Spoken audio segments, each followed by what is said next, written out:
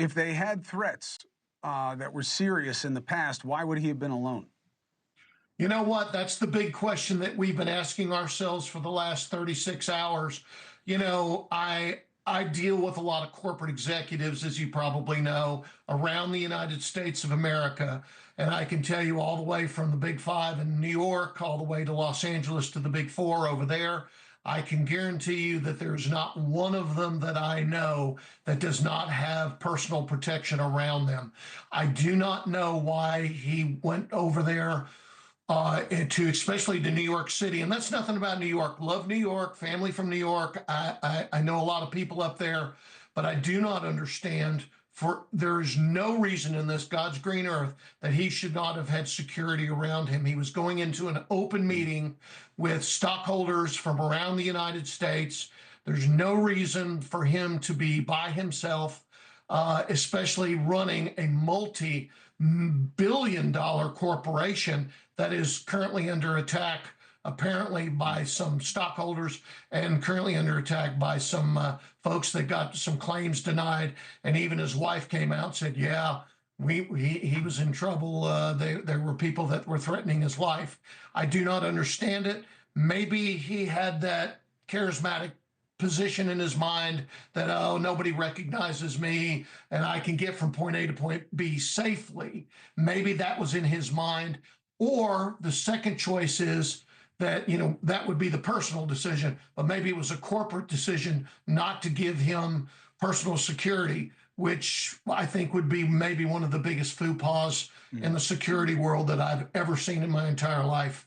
But it's either one or two of those things. He didn't like security, or the company said, "No, we're not spending the money." I don't know. That's a big question that needs to be answered. One last quick thing, and then I want to get to David. Is there anything about this that smells of an inside job?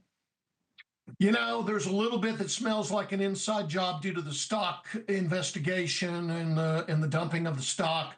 I don't know, but then I watched we've got a little bit different video than you have. We have one that is a little less grainy, that shows the weapon. I've taken a pretty good look at it this afternoon. He had a baffler on the back of the gun, which kind of lowers the tone of the rappel. He had a silencer on the front that lowers the tone.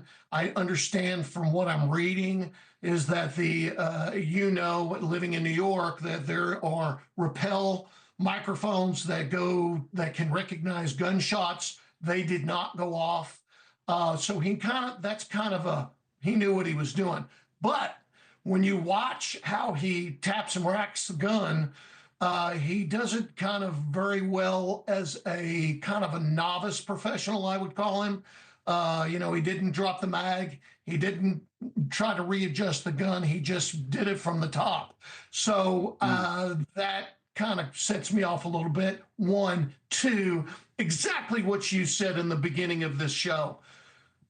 He's going around smiling at people. He's lowering his mask to get a cup of coffee in a bar. I mean, come on, a professional doesn't do that.